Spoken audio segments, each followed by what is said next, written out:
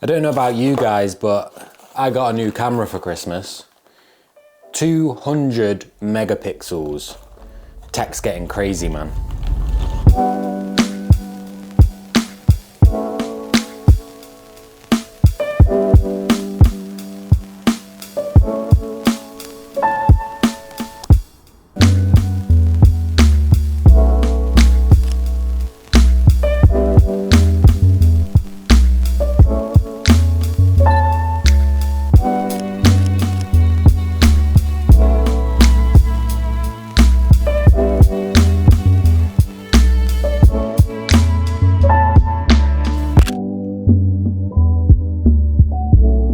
Hey guys, welcome back to the channel. If you're new here, my name is Greg. I'm a photographer from the UK, and for the next month, all the photos I take are going to be at 50mm. Ever since I started photography, I started dabbling with it a bit way back in 2012. Ever since then, 50mm has been my favorite focal length. However, in the last 6 months or so, I've found myself really favoring about 30mm. The times that I've been out with the 50, I've either noticed that I wanted to go a bit wider or noticed that I wasn't really enjoying shooting at that focal length. So that is why I'm doing this. But throughout this video, I want to talk about how important and why it is so important to know what your favorite focal length is.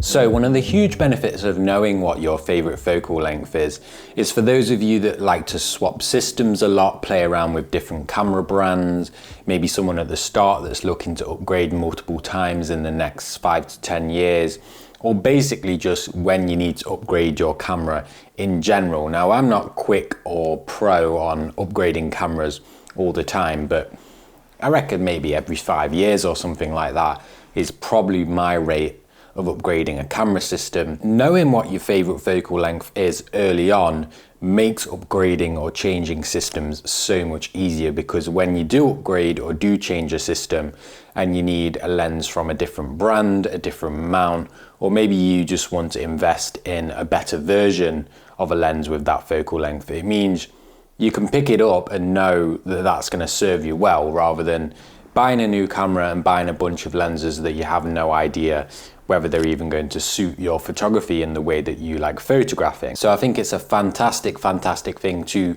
figure out early on to make your future with photography and how expensive gear is and how hard it is to actually swap around systems, to make that easier, make your life easier. And going forward, you just know that there's probably going to be one focal length or 1 or 2 lenses that you're going to want in your kit, regardless of what brand you tend to use or where you tend to go with the camera gear that you're using.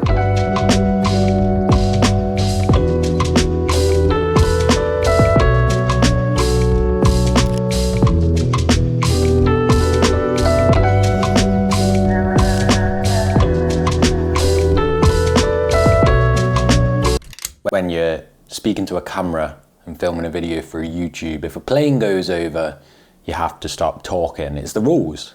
It's the rules of making videos.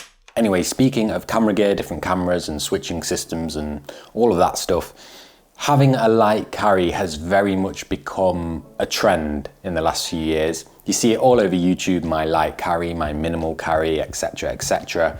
And photographers generally at the minute seem to be downsizing their kit and realizing that they don't actually have to carry around 6 lenses and 2 drones and 2 bodies, etc.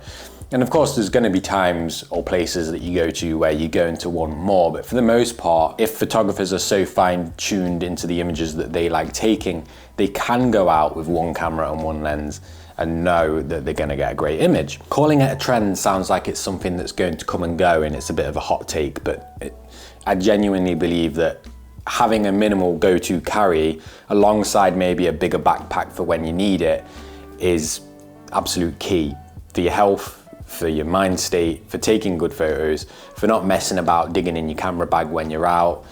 saving your back as well. I had a comment the other day saying, have you got any tips for elderly photographers that maybe struggle with mobility? Having one lens, one camera saves you a little bit, doesn't it? So even at my age, 30, in my 30s, I get back pain from carrying a camera bag, I get back pain from sitting at the desk editing, and you want to preserve that as much as you can. Not preserve it, you don't want to preserve your back pain, you want to mitigate it as much as you can. So knowing your favourite focal length plays into being able to have a minimal kit that you can go to, carry, and walk around stress-free, easy, job done.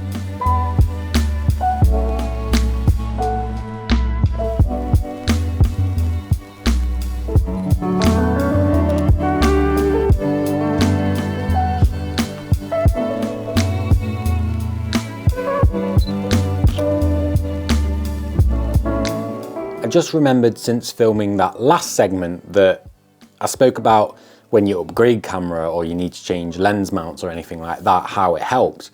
But it also helps you to stick with a camera or a system for longer and not mess about thinking that you need better gear or more gear or different cameras or a better camera. In the last 7 years, I have only had 2 lenses, and there's not really a moment where I ever sit and think, I could really do with this lens, or I could really do with this camera, I could really do with blah, blah, blah. They are items out there that I really want, and items out there that if I have the budget one day, I will invest into, but then they're just little steps up from what I'm already using, because I've somewhat figured out the focal length that I like, and that's kind of took away any need to think about other lenses, to be honest, or other cameras. I think that's another fantastic thing. It takes away, once you know your favorite focal length, it takes away thinking about, oh, it'd be really nice to have that lens or this lens, because you're just happy. You're just happy shooting with it. And obviously I know I'm making a video about how I'm unsure, but I've already got something that shoots at 30 and 35. So it wouldn't be a case of buying a new lens. It would just be a case of swapping out what the one I take with me all the time is. The biggest benefit out of all the ones I've spoken about today, when it comes to knowing what your favorite focal length is and shooting at your favorite focal length, all comes down to how that focal length aids your photography style. Now, I spoke a little bit about this on my channel before, and I received lots of comments saying we put too much emphasis on photography style because it just comes with time and effort and reps, which is 100% true. If you do photography for long enough and you're dead serious about it and you really knuckled down, you will eventually land on some kind of cohesive style, because you just tend to figure it out along the way. However, knowing your favorite focal length is probably going to be the biggest aid to that, because if you shoot everything at 16mm, which is very wide, every single photo you take is going to be very wide. It's going to have that big, wide, expansive look to it. Therefore, your photography style is going to be wide. If you shoot everything really, really tight at, say, 85mm, all your photos are going to have a look that the 85mm lens gives. Of course, this becomes a bit more difficult if you're a beginner and you just start in photography and you've maybe not shot a wide range of focal lengths yet. And that's, again, why finding a style is all about time, patience, and practice.